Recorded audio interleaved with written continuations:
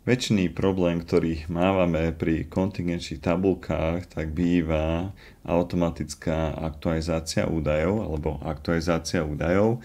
My, ak zmeníme zdrojové údaje, tak je potrebné kontingenčnú tabulku obyčajne teda manuálne obnoviť, takže prejdem do nej a zvolím teda obnoviť, alebo sa používa karta údaje, a v nej nájdeme obnoviť všetko, čo odporúčam na obnovu všetkých zdrojov.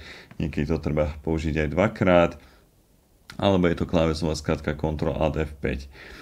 Ale ak máte najnovšiu verziu 365, respektíve ste zapojení do Microsoft Insider programu, to znamená, že máte v dispozícii vlastne beta funkcionality, ktoré neskôr prejdú aj do tých ostrých alfa verzií Microsoft Office alebo Microsoft 365, tak môžete sa stretnúť s tým, že keď pravým tlačidlom kliknem na kontingenčnú tabulku a zvolím vlastne možnosti kontingenčnej tabulky, tak tam nájdeme údaje priamo automaticky obnoví pri zmene zdrojových údajov.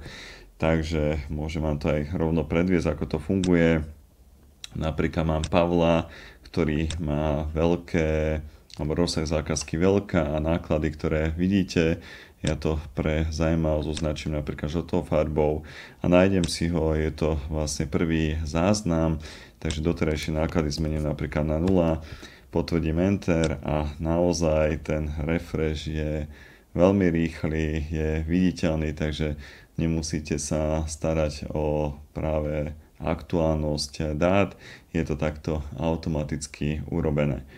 No a keď hovorím vlastne o Insider programe, tak ho nájdete v súbore a keď prejdem do konto, dole na spodu, tak v pravej časti mám, že Microsoft 365 Insider a v podstate je to možné urobiť prostredníctvom zmeniť kanál, takže platí to pre verziu 365.